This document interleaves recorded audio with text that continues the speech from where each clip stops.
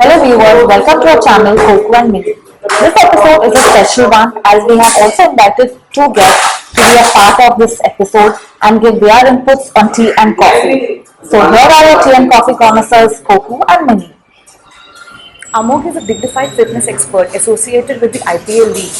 He, along with Mr. Das, is the founder of Votum Foundation, which is an organization that promotes wellness and health for children from various backgrounds. This is totally remarkable. I'm sure we'll be able to share a lot of fitness expert ideas with our viewers today. And I'm very curious to know the tea and coffee insights from Mr. Amol. It is my pleasure to invite Mr. Amok Pandit and Mr. Pinku Das in conversation with Coco and Mini, your tea and coffee connoisseurs. Well, Amok is associated with the IPL and he is also a part of the foundation called Votum. Tell us something about it, Amok. How is it the association of the IPL and what is it all about the foundation? I'm basically a strength and conditioning coach.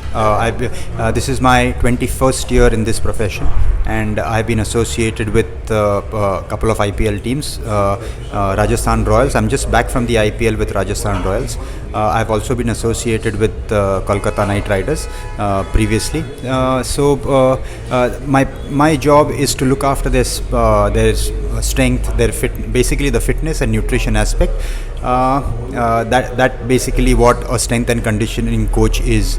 As far as Votum is concerned, it's a foundation where we look after the fitness of the underprivileged kids who want to pursue any sport as their profession. So that is what Votum entails. I have been a huge IPL fan. I have been following the IPL right from the start, and Rajasthan Royals is supposed to be very known for the team.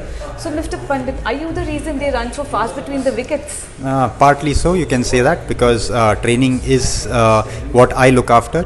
But there are other aspects as well. As I said, the recovery part, the training and recovery goes hand in hand, and there has to be a very subtle balance in that. If you want an athlete to be faster on the field, there has to be a very good recovery component which needs to be added into his entire fitness profile. That's nice. And Mr. Das, to tell us something, how important is fitness when it comes to coaching the children in your foundation? If you talk about fitness, most probably the fitness look after Amok Pandit. I am the only person who looks after the facilitation part.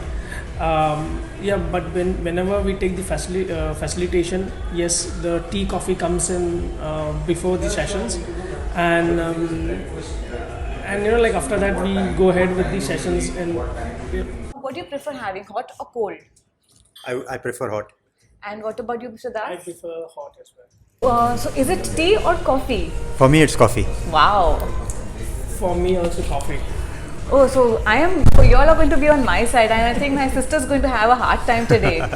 So Amok, tell me something. How important is workout? Is it important to work out in the morning or in the evening?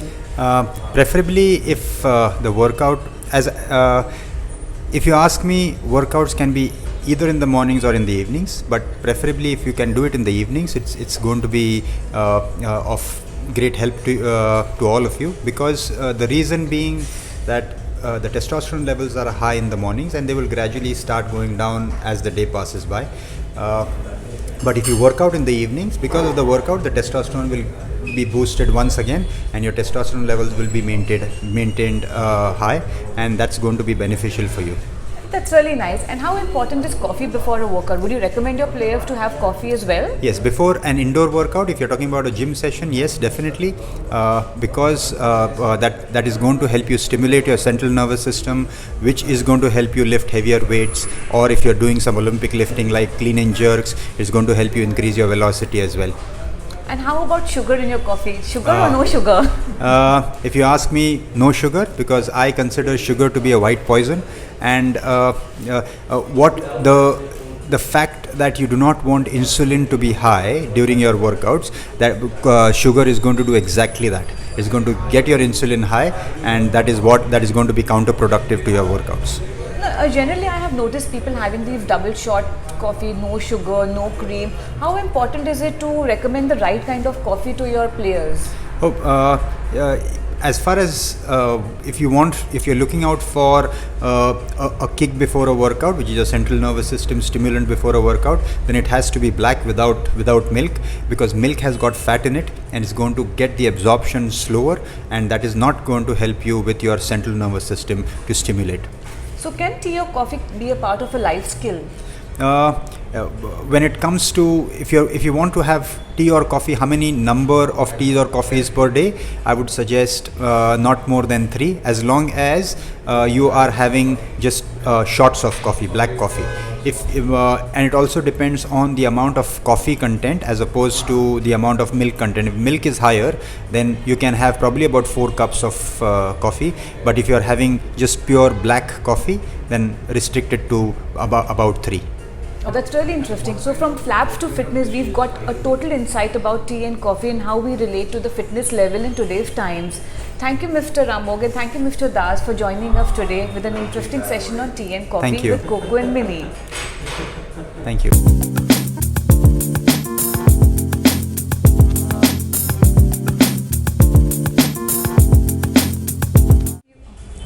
Hope you've enjoyed this episode with us today, Coco and Mini. Do not forget to subscribe to our channel and don't forget to ring the bell.